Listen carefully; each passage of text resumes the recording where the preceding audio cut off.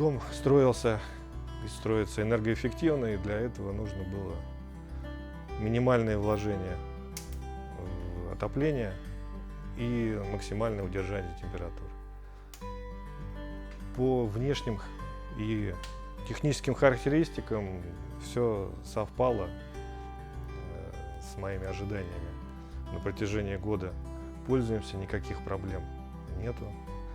В течение прошедшей пандемии камин топился примерно 2-3 раза в неделю. Проблем никаких не возникало.